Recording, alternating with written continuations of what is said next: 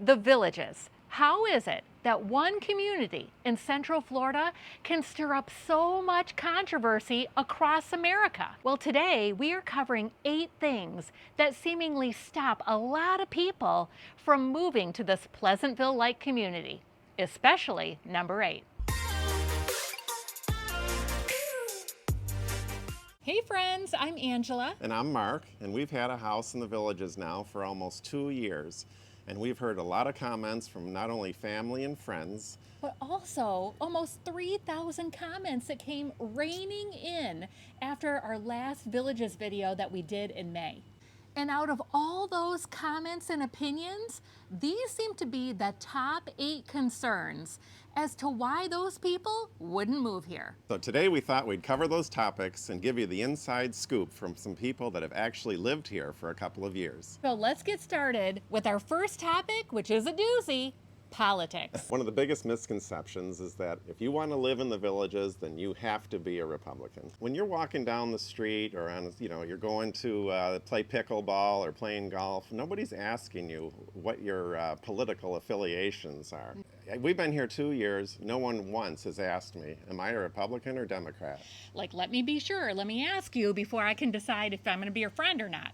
It's really silly. In fact, out of all the 3,000 clubs that we have available here, I took a look and there are Republican and Democratic clubs. And you might say, okay, but are there more Republican clubs than Democrat? Actually, there's 2 Republican, 2 Democrat, and 1 independent. As I get older, I'm like most people who are my age. We're looking for less stress in our lives, less controversy, less conflict. Yeah. So we're not out looking for it. We just want to live and let live and enjoy the years we have left. Now, the second topic, which is also a doozy, is that there's no diversity here in the Villages. And you know, we got this a lot in the comments that came through. There's no diversity. Everybody is white. Well, the thing is, I'm a little offended that people are focusing on diversity just being the color of people's skin. People that move here come from all parts of the country, big cities, small cities, different ethnic backgrounds, different religious beliefs, how they were raised by their family. I mean, people are coming here from all different parts of the world. Economic backgrounds might be different. There's more to diversity than just someone's skin color. Now, and on the subject of skin color, everybody's welcome here, and there are plenty of people from different ethnicities. And I can tell you something, they're all having a good time and enjoy being here. And we all just want to live and let live, like I said before. So come one and come all. The third topic has to do with age and the fact that you need to be at least 55 years old to live here. Right, and here's the thing, at least one person in the household has to be 55. Now, he qualified for us. You're not going to believe it. He's 60.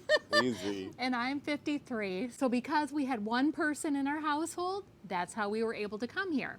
The Villages only has to sell 80% of their homes to someone who's 55 years old. Yeah. The other 20% can be sold to people that are younger than 55. Right. Both parties being under 55. The only thing is, you can't have any children that are under 19 years old live full time with you. Right. We saw a lot of comments from people that said, I would never want to live in a community where there were no young people, no kids, nothing walking, no kids walking around. Yeah, it's the diversity thing, but now we're talking age. Right.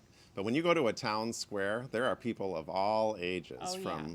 from a couple weeks old to 100 years old and everything in between. If you were to go to just the clubs here in the Villages, let's say, or classes, you're probably going to see most of those people being 55 or around 55 and older.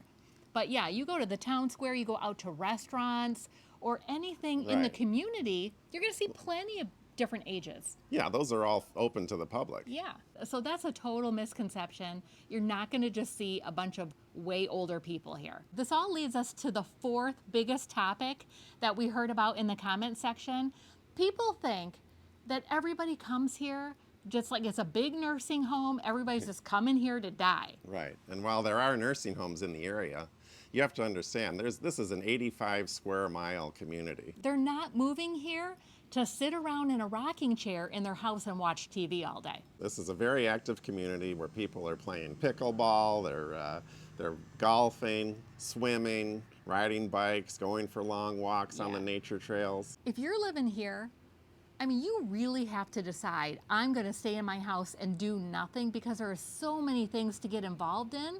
It's really hard to stay home all the time.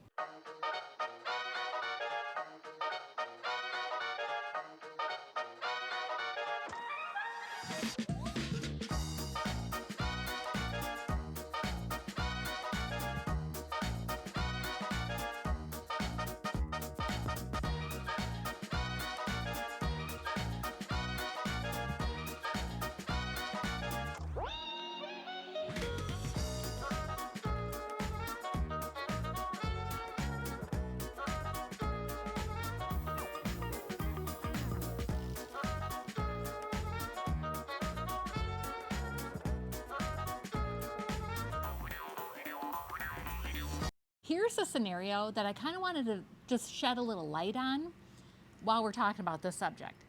My grandma, as she got older and, was less mobile, basically she was sitting in her house all day, every day, watching TV, not really doing a whole lot of anything.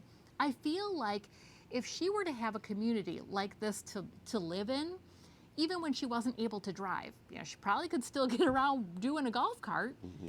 But there's so many more activities and classes that she could have got involved in if she lived in a community like this, rather than in a city where she'd have to really drive places to get around to do anything. A big day for her was to go to a doctor's appointment or maybe to go grocery shopping. Right. There's so much more to do down here than that. The fifth thing we want to talk about is that the Villages is just a big community of swingers. We don't know anybody that's swingers. We don't go looking for that kind of stuff. We've never been approached. And we're not looking for it. No, we're not looking for it. We don't know anybody that does that kind of thing. And if we did, that's just not our thing. It would make for some good dinner time stories, though. I mean, I'm all for hearing about it, but that doesn't mean I'm going to, participate. Right. But, you're talking about a place that's 85 square miles. There's over 140,000 people that live here.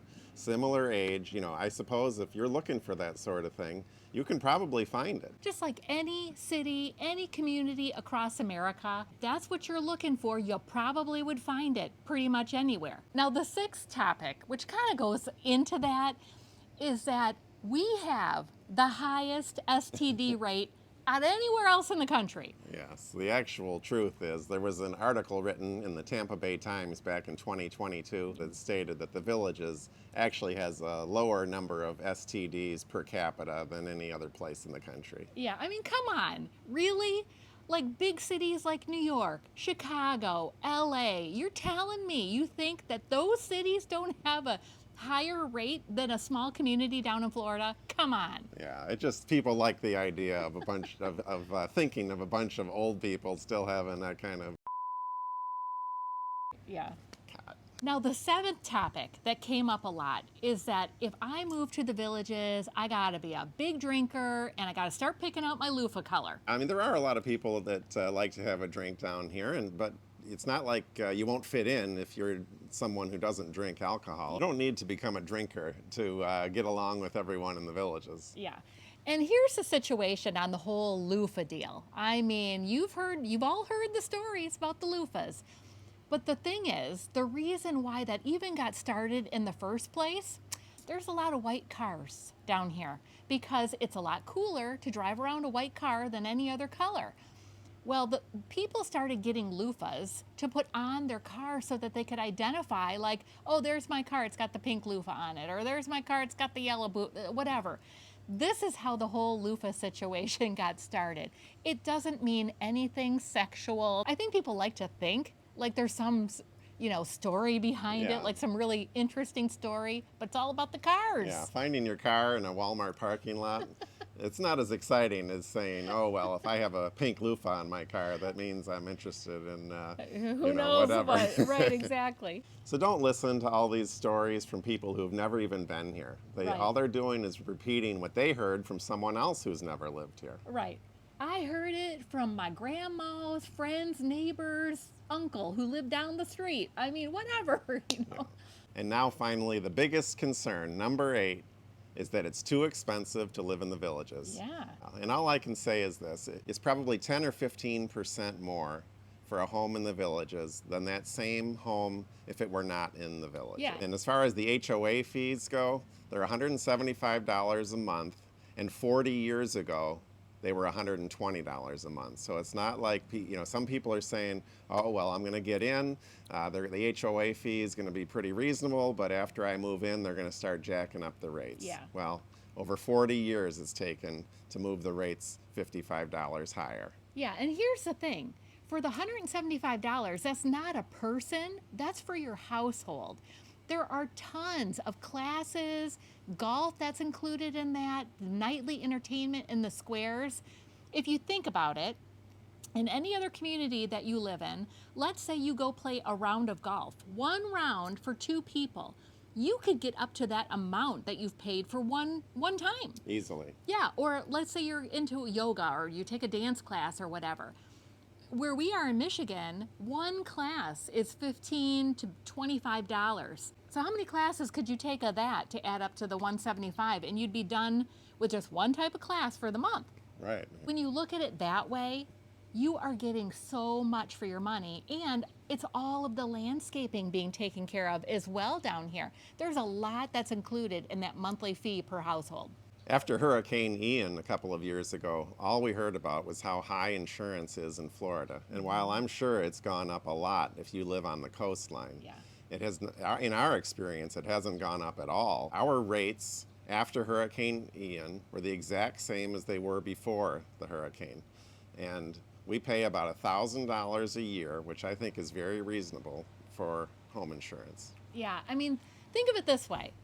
Have you ever heard of Disney having major hurricane damage? I mean, since it's been open, I don't think I've ever heard of them having any kind of major damage from a hurricane. Central Florida is different than if you're living on the coast, for sure. Yeah, I think we're about 75 feet above sea level. We're at an hour and a half drive to either coast, the Gulf or the Atlantic. And when we had a storm earlier this summer, there was a bad storm. There were some palm fronds that were down, but the landscaping crew here had all that cleaned up within 24 hours. Yeah. If you're thinking about moving to the Villages, watch this video next right here. It talks about the top possible regrets that you could have after moving here. Until next time, my friends, stay beautiful. On the inside and out.